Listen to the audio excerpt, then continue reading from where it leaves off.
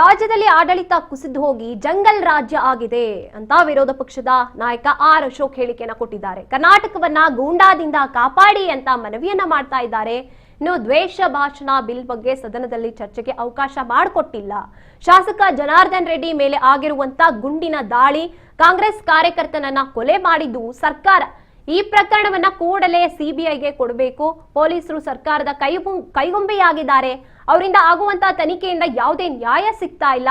ಅದಕ್ಕಾಗಿ ಬಳ್ಳಾರಿ ಗಲಾಟೆಯನ್ನ ಸಿಬಿಐಗೆ ಕೊಡಿ ಅಂತ ಕೇಳ್ತಾ ಇದೀವಿ. ಇನ್ನು ಕೋಗಿಲು ಬಡಾವಣೆಯಲ್ಲಿರುವಂತ ಅಕ್ರಮ ಮನೆಗಳ ತೆರವು ಕೇರಳ ಸರ್ಕಾರದಂತೆ ಇಲ್ಲಿ ಸರ್ಕಾರ ನಡೆಸಿದ್ರೆ ಅಲ್ಲಿ ಆನೆ ತುಳಿಸದಂತೆ ಸಾವನ್ನಪ್ಪಿದವರಿಗೆ 25 ಲಕ್ಷ ಪರಿಹಾರ ಕೊಡ್ತಾರೆ.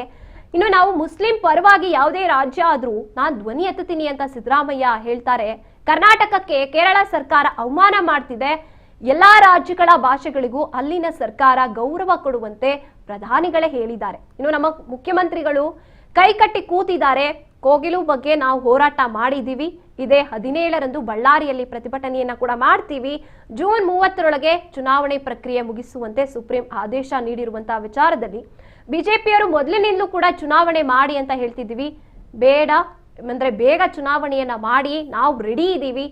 ಈ ಚುನಾವಣೆ ಗೆಲ್ಲೋಕೆ ರಾಜ್ಯದಲ್ಲಿರುವಂತ ಗುಂಡಿಗಳೇ ಸಾಕು. ಇನ್ನು ಕಾಂಗ್ರೆಸ್ ಈ ಬಾರಿ ನೆಲ ಕಚ್ಚುತ್ತೆ ಅಂತ ಹರಿಹಾಯ್ದಿರುವಂತದ್ದು ವಿಪಕ್ಷ ನಾಯಕ ಆರ್ ಅಶೋಕ್ ಅವರು.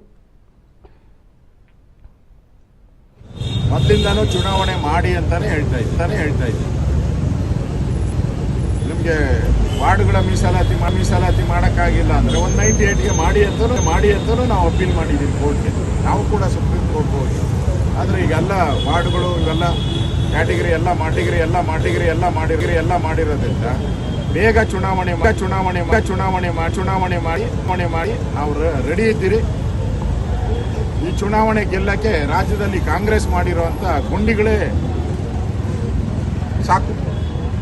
ರಾಜ್ಯದಲ್ಲಿ ಬಿದ್ದಿರುವಂತ ಗುಂಡಿಗಳು, ಅದರಲ್ಲಿ ಸತ್ತಿರುವಂತ ಜನ ಪಾಪ, ಏಟ್ ತಿಂದಿರೋರು, ಕಸದ ರಾಶಿ ಬಿದ್ದಿರುವಂಥದ್ದು, ಕಾನೂನು ಸುವ್ಯವಸ್ಥೆ ಹಾಳಾಗಿರೋದು, ಇದಕ್ಕಿಂತ ಬೇರೆ ವಿಚಾರಗಳೇನು ಬೇಕಾ? ಕಾಂಗ್ರೆಸ್ ಈ ಸರಿ ಬೆಂಗಳೂರಲ್ಲಿ ನೆಲ ಕಚ್ಚಿದೆ. ಅಷ್ಟು ಪಾಪವನ್ನ ಮಾಡಿದ್ದಾರೆ. ಬೆಂಗಳೂರು ಜನತೆಗೆ ದ್ರೋಹವನ್ನು ಬಗೆದಿದ್ದಾರೆ. ನಾವು ಚುನಾವಣೆಗೆ ರೆಡಿ.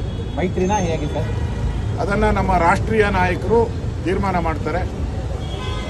ಇನ್ನೇನು ಕೆಲವೇ ದಿನಗಳಲ್ಲಿ ಹೊಸ ನಮ್ಮ ರಾಷ್ಟ್ರೀಯ ಅಧ್ಯಕ್ಷರು ಸ್ವೇರಿಂಗ್ ಮಾಡ್ತಾರೆ.